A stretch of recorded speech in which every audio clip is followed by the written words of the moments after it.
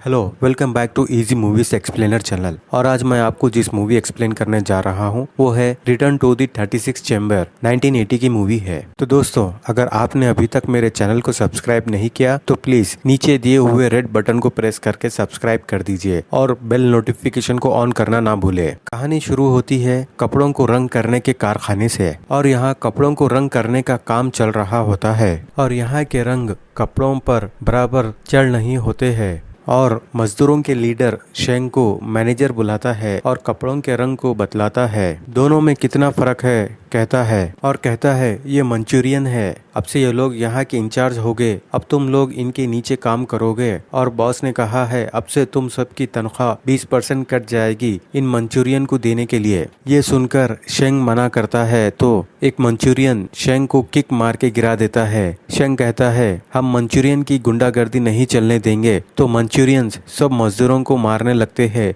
ये देखकर शेंग उनकी शर्तों को मान लेता है। होटल में मजदूरों की मीटिंग चल रही होती है। शेंग बॉस से बात करने के लिए कहता है तो चाचा ली उसे रोकते हैं और कहते हैं उन मंचूरियंस को बॉस ने रखा है। तो शेंग राजा से शिकायत करने की बात करता है। चाचा ली कहते हैं अपने बॉस की पहुंच बहुत ऊपर तक है, ये काम नहीं करेगा। यहाँ फिल्म के हीरो लियू को बतलाता है वो कौन मैन होता है, लोगों को ठगना उसका काम होता है और वो शेंग का छोटा भाई होता है। चाओ के दिमाग में लियू को देखकर एक तरकीब आती है। वो लियू को मना लेता है। चाओ लड़की को चारा बना के 3 मंचूरियंस को बाहर बुलाता है और वो तीनों एक दूसरे को देखकर समझ जाते हैं। चाओ और कुछ मजदूर इन मंचूरियन को मारने आगे बढ़ते हैं पर मंचूरियंस उल्टा इनको धोते हैं। और यहाँ प्लान के मुताबिक लियू शॉलिन का कुंफू मास्टर सैंटे बन के पेड़ से कूद कर आता है। चाओ अपनी परेशानी गुरुजी को बतलाता है। लियू अपनी एक्टिंग से तीनों को डरा देता है।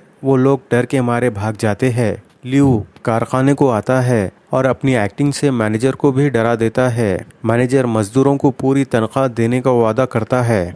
कारखाने के बॉस से मैनेजर कहता है मैंने समझदारी से काम लिया है, बस एक बार वो गुरुजी वापस चले जाए हम फिर से मजदूरों की तनख्वाह काटेंगे। बॉस ठीक है कहता है और पूछता है क्या तुमने उसका मुकाबला किया था। सब लोग नहीं कहते हैं और उसकी कला की बात करते हैं। तो बॉस कहता है ठीक है तुम गुरुजी को मेरे पास लेकर आओ, मैं भी देखूं कितना दम है। लियू सैंटे बनकर कारखाने में आता है। यहाँ बॉस लियू से अपना कुंफू दिखाने के लिए कहता है।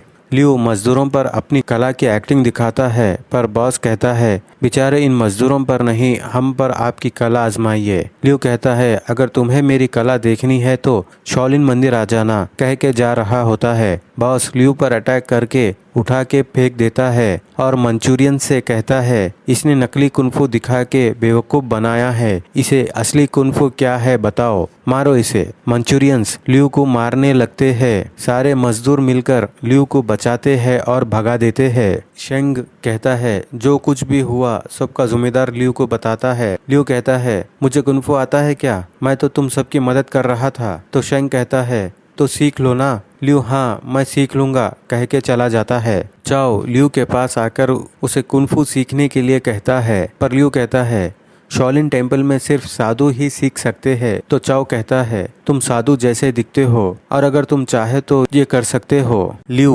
कुंफू सीखने चल पड़ता है। कुछ शॉलिन स्टूडेंट्स कुंफू टेक्निक से धान निकाल रहे होते हैं। लियू साधु का ढोंग करके धान निकालने जाता है पर पकड़ा जाता है। गुरुजी लियू को निकाल देते हैं। लियू भाग जाता है।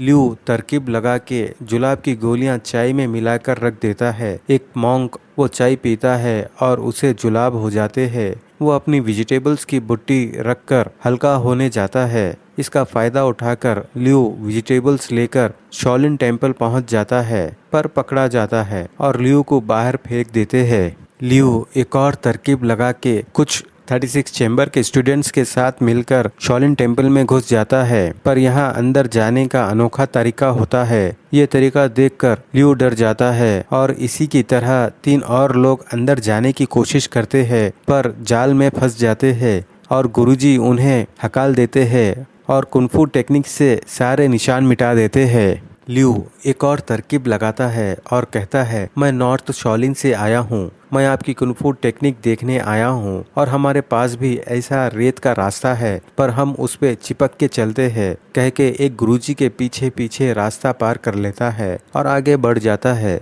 पर गुरुजी समझ जाते हैं और आगे के पड़ाव में लोहे की खिड़की अपने उंगलियों से खोलकर अगरबत्ती लगाना होता है। इस पड़ाव में पकड़ा जाता है, पर गुरुजी उसे एक और मौका देते हैं। लास्ट पड़ाव में लोहे के दरवाजे को पंच से खोलना होता है और आगे बढ़ना होता है। लियो अपनी होशियारी से ये पड़ाव भी पार कर लेता है और अंदर स्टूडेंट्स कुंफू प्रैक्टिस कर रहे होते हैं और इन्हें देखकर लियो को चक्कर आने लगते हैं और वो चिकने रास्ते पर फिसल कर गिर जाता है और स्टूडेंट्स को भी गिरा देता है और उसके हेड पर वाटर बकेट फंस जाती है, जिससे उसके बालों का कलर निकल जाता है। और यहाँ असली सैंटे गुरुजी आ जाते हैं और उसे सिखाने के लिए मान जाते हैं, पर पहले सिर धो के आने को कहते हैं। लियो कपड़े धोने की जगह जंप करता है, पर उसे पकड़कर वापस फेंक देते हैं। सैंटे गुरुजी लियो को सामने वाले रास्ते से जाने को कहते हैं। इस रास्ते पर वाटर बकेट्स लेकर नोकीली लकड़ियों के बीच से होकर गुजरना होता है। इसमें लियो असफल होता है, पानी गिरा देता है। ये देखकर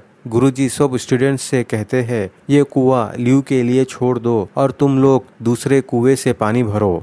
सब स्टूडेंट्स वाटर बकेट्स लेकर चले जाते हैं। लियो पूछता है, बगैर बकेट पानी कैसे निकालूं? तो सैंटे गुरुजी कुंफू टेक्निक से कुएं में पत्थर फेंकते हैं, जिससे पानी कुएं के बाहर उछल के आता है और कहते हैं, अपना दिमाग लगाओ और सिर धो के आओ। लियो पत्थर उठाता है और सोचता है कि यहाँ एक ही पत्थर है, ये भी फेंक दिया तो पानी कैसे निकालूंगा। और वो दिमाग लगा के पत्थर को रस्सी बनकर कुएं में फेंकता है और सिर धोने की कोशिश करता है। और रात के समय वो कपड़े धोने की जगह जंप करके अपना हेड धोने की कोशिश करता है, पर वहाँ पानी नहीं होता है। लियो के दिमाग में आइडिया आता है, वो अपना विक निकाल के धोने जाता है, पर उसे कोई पत्थर से मारता है। दरअसल वो एक संदेश होता है सैंटे गुरुजी की तरफ से। उसमें लिखा होता है, कर्म करते जा, फल की चिंता मत कर। ये पढ़कर लियो डर जाता है और वो विक पहनकर फिर से सिर धोने की कोशिश करता है और उसे समझ आता है कि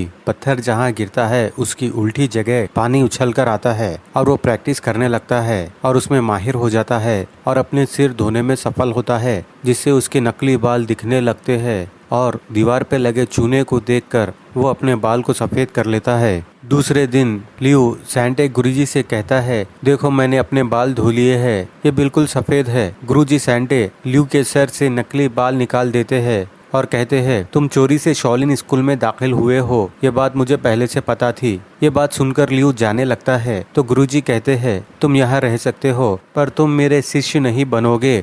तुम यहाँ चोरी से काफी दिन रहे हो, मैं चाहता हूँ कि तुम यहाँ की सेवा करो। लियो सेवा करने के लिए तैयार हो जाता है तो गुरुजी कहते हैं, हम हर साल शॉलिन मंदिर की मरम्मत करवाते रहते हैं, इस बार मरम्मत की जिम्मेदारी तुम्हारी है। तुम इस मंदिर के चारों ओर मंचान बनाओ और ये काम तुमको अकेले करना है। लियो घबरा जाता है, पर गुरुजी के डांटने से मान जाता है। लियो मंचान बनाने के काम पे लग जाता है और ध्यान लगा के करता है। स्टूडेंट्स को हाथों की प्रैक्टिस करता देखकर लियो भी करता है, पर उसके हाथों से खून निकलता है, पर फिर भी वो हार नहीं मानता है और ध्यान लगा के प्रैक्टिस करता है और करते रहता है। और फिर लियो लेग से प्रैक्टिस करते देखता है और वो भी करने लगता है और पैरों को बाम्बूस बांधकर प्रैक्टिस करता है और उसके साथ साथ मंचान भी बनाता जाता है। फिर से हैंड्स की प्रैक्टिस करता देखकर लियो भी प्रैक्टिस करता है और खुद के धक्के से वो नीचे प्रैक्टिस मैदान में गिर जाता है, पर वो नीचे नहीं गिरता है, वो लकड़ी के खंभे पर खड़ा होकर भी प्रैक्टिस करता है। यहाँ गुरुजी आते हैं। गुरुजी को देखकर सब स्टूडेंट्स रुक जाते हैं, पर लियो प्रैक्टिस करते रहता है। गुरुजी लियो को देखते हैं और लियो से कहते हैं, मैंने तुम्हें कुछ काम दिया था और उससे पहले तुम यहाँ कदम भी नहीं रख सकते हैं। तो लियो कहता है, गुरुजी मैंने तो नीचे कदम भी नहीं रखा हूँ, मैं तो खंबे पर खड़ा हूँ। ये सुनकर गुरुजी खंबे को मारते हैं। लियो खंबे पर गोल गोल घूमकर वापस मंचान पर पहुँच जाता है और मंचान बनाने के काम पर लग जाता है। मंचान बनाते बनाते लियो का स्ट्रेंथ और पावर बढ़ जाता है और समय के साथ वो पूरे मंदिर के चारों ओर मंचान बना लेता है। मैं आपको बताते चलूँ, लियो मंचान बनाते बनाते कुंफू की प्रैक्टिस कर रहा था, इसीलिए लियू को मंचान बनाने 1 साल से भी ज्यादा का समय लगा है। लियू खुशी के मारे गुरुजी को पुकारता है। गुरुजी आते हैं। लियू कहता है, ये देखिए मैंने मंदिर के चारों ओर मंचान बना लिया है और ये बहुत मजबूत है, कह के मंचान को मार के बतलाता है। गुरुजी लियू से सवाल करते हैं, तुम्हें पता है इस छोटे से काम के लिए तुम्हें कितना वक्त लगा है? तो लियू कहता है, 1 साल से भी ज्यादा, मैंने बहुत मेहनत से बनाया है। गुरुजी मंचान को चेक करते हैं और कहते हैं, ये बहुत मजबूत है और अब ये सारा मंचान खोल दो और यहाँ से चले जाओ। तो लियू चौंक जाता है और वो जाने से मना करता है और गुरुजी से जिद और बहस करके मंचान पर लेट जाता है। तो गुरुजी गुस्सा हो जाते हैं और मंचान को मारते हैं, जिससे लियू मंचान के ऊपर चढ़ जाता है और प्रैक्टिस मैदान में कूद जाता है और कहता है, और कोई रास्ता है तो वो भी इस्तेमाल कर लो, मैं यहाँ से जाने वाला नहीं हूँ। गुरुजी लियू पर अटैक करते हैं। लियू बचते बचते रेत के बैग्स को हेड से मारते हुए आगे बढ़ता है और आगे हैंड्स की प्रैक्टिस की जगह बढ़ता है और गुरुजी के वार के फोर्स से लियू 4 बम्बों को अपने 4 आर्म से तोड़ देता है। ये देखकर गुरुजी और सारे स्टूडेंट्स चौंक जाते हैं और फिर गुरुजी के वार से वो बैलेंसिंग प्रैक्टिस की जगह बिना हिले डुले खड़ा होता है। ये देखकर भी गुरुजी हैरान से देखते हैं। गुरुजी के वार से बचते बचते ये अनजाने में ये भी पड़ाव पार कर लेता है और फिर गर्म अंगारों वाले सीढ़ियाँ और नोकीली लकड़ियों वाला पड़ाव भी पार कर लेता है और कहता है, मैं यहाँ से नहीं जाऊँगा। ये चिल्लाकर आगे भागने जाता है, पर आगे गुरुजी खड़े होते हैं और सारे गुरुजी लियू को घेर लेते हैं। सेंटे गुरुजी लियू को जाने के लिए कहते हैं। लियू को ना चाहते भी जाना पड़ता है शाओलिन मंदिर से और सेंटे गुरुजी के चेहरे पर एक अजीब सी स्माइल होती है, क्योंकि जाने अनजाने में लियू ने कुंफू टेक्निक्स सीख लिया है और जाने अनजाने में शाओलिन मंदिर के सारे पड़ाव पार कर लिया है। इसका मतलब है कि लियू को पता ही नहीं कि उसने कुंफू टेक्निक्स सीख लिया है। सीन शिफ्ट होता है। लियू के होम टाउन को बतलाता है। लियू के दोस्त साथी सब बेरोजगार हो चुके होते हैं। यहाँ लियू आता है और चाओ से मिलता है और लियू को पता चलता है कि इन सब का काम जा चुका है और ये सब बेरोजगार है। ये सुनकर लियू चौंक जाता है, पर चाओ की खुशी की हद नहीं रहती है। लियू को देखकर वो सबको खुशी से बतलाता है कि लियू वापस आ चुका है, कुंफू सीख के आया है। लियू बाकियों से मिलता है और देखता है किसी का हाथ टूटा है तो किसी का पैर टूटा है और अपने आप को कसूरवार मानता है और गिल्टी फील करता है कि उसी की वजह से सबकी नौकरी गई। तो चाओ कहता है, अब हमें डरने की ज़रूरत नहीं है, जब तुम कुंफू सीख कर आ गए हो तुम हमारा बदला लोगे। लियू कहता है, पर मैं कुंफू नहीं सीख पाया हूँ। चाओ कहता है, तुम मजाक कर रहे हो, पहले भी तुम इसी तरह मजाक करते थे। और सबका सवाल होता है, तुमने इतने समय शाओलिन में कुंफू नहीं सीखा तो क्या सीखा? लियू कहता है, मंचान बनाना, और कहता है, मुझे भी बहुत दुख है, मैंने इतना समय शाओलिन मंदिर में गुजारा हूँ और कुछ नहीं सीख पाया हूँ। तो सब लोग गुस्से से लियू को वापस जाने को कहते हैं। लियू चाओ को पकड़कर दुख से कहता है कि उन्होंने मुझे निकाल दिया है, कह के हाथ उठाता है, जिससे अनजाने में चाओ उछलकर दूर जाकर गिरता है। चाओ और बाकी सब परेशान हो जाते हैं कि वो वहाँ से यहाँ कैसे आ गिरा है और वो लोग अंदाज़ा लगा लेते हैं कि लियू ने कुंफू सीख लिया है और वो लोग खुश हो जाते हैं। लियू अपने घर आता है और अपने बड़े भाई शेंग से मिलता है। शेंग लियू को देखकर बहुत खुश होता है और अपनी वाइफ से कहता है, लियू शाओलिन मंदिर से वापस आ गया है, कुंफू सीख कर आया है और सब लोग तुम्हारा बेसब्री से इंतजार कर रहे थे। अब हम उन्हें मुंह तोड़ जवाब देंगे।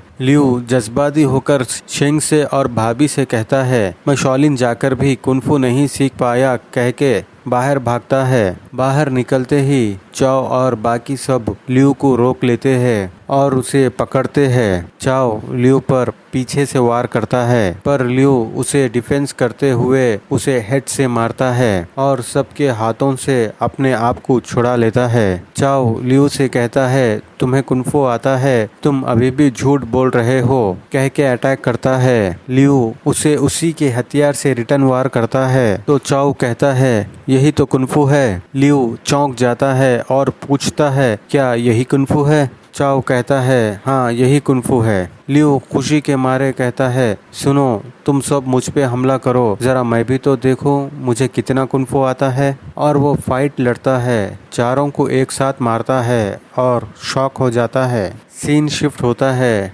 चाओ एक मंचूरियन को उस्काता है। वो परेशान होकर डोर की तरफ देखता है। यहाँ लियो डोर तोड़ देता है और फ्रंट फॉल मार के आगे खड़ा होता है। तो मंचूरियन कहता है ओह तू तो वही नाटकबाज है ना, पिछली बार मैंने ही पीटा था। मंचूरियन चाओ पर अटैक करता है पर लियो उसका हाथ पकड़कर मारता है और फाइट लड़ता है। ये देखकर मंचूरियन चौंक जाता है और पूछता है तुम्हें कुंफू कैसे आया। लियो उस मंचूरियन को मार मार के उसे मंचान को कैसे बांधते हैं वैसे बांध देता है। ये देखकर मंचूरियंस के बॉस और मैनेजर के होश उड़ जाते हैं और मैनेजर पूछता है ये कैसा कुंफू है। लियो कहता है ये मंचान वाला कुंफू है, कह के मंचूरियन को पैर से मारता है। उसके हाथों में से खून निकलते रहता है और कहता है इन सब की बची हुई तनख्वाह वापस करो। ये सुनकर मैनेजर लियो को मारने के लिए कहता है। मंचूरियन का बॉस लियो पर अटैक करता है।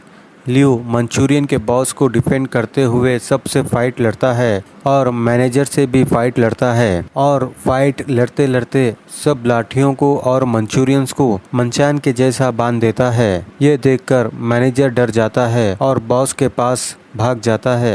लियो मंचूरियंस के बॉस को मार मार कर धूल चटा देता है और उसके पैर और हाथों को बांध देता है। यहाँ बॉस आ जाता है और लियो को पहचान लेता है। लियो कहता है मैं यहाँ बदला लेने नहीं आया हूँ, बस मैं एक ही चीज़ चाहता हूँ कि तुम इन मजदूरों के पिछले 3 साल के पैसे वापस कर दो। बॉस कहता है उससे पहले तुम्हारे कुंफू का परीक्षण हो जाए। लियो कहता है आओ तुम भी आजमा लो, कह के कारखाने से भाग जाता है। बॉस और उसके आदमी लियो का पीछा करते हैं। लियो उन सबको कंस्ट्रक्शन वाली जगह ले आता है और बॉस के आदमी लियो से फाइट लड़ते हैं और मैनेजर भी फाइट लड़ता है। लियो उन सब से फाइट लड़ता है।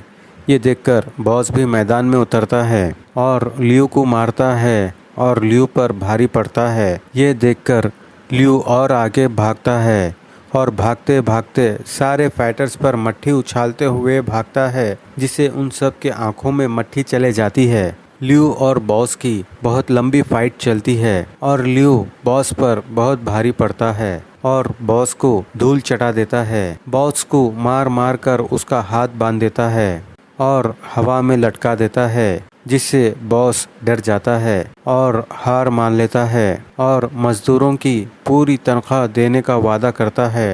लियो बॉस को छोड़ देता है और यहाँ मूवी एंड होती है। तो दोस्तों ये मूवी का एक्सप्लेनेशन आपको पसंद आया है तो प्लीज चैनल को सब्सक्राइब करें और बेल नोटिफिकेशन ऑन करें, क्योंकि मूवीज के अपलोड का नोटिफिकेशन आपको आए, जिससे आपसे हमारी कोई मूवी एक्सप्लेनेशन मिस ना हो। और प्लीज लाइक करें, शेयर करें और कमेंट करें। Thank you.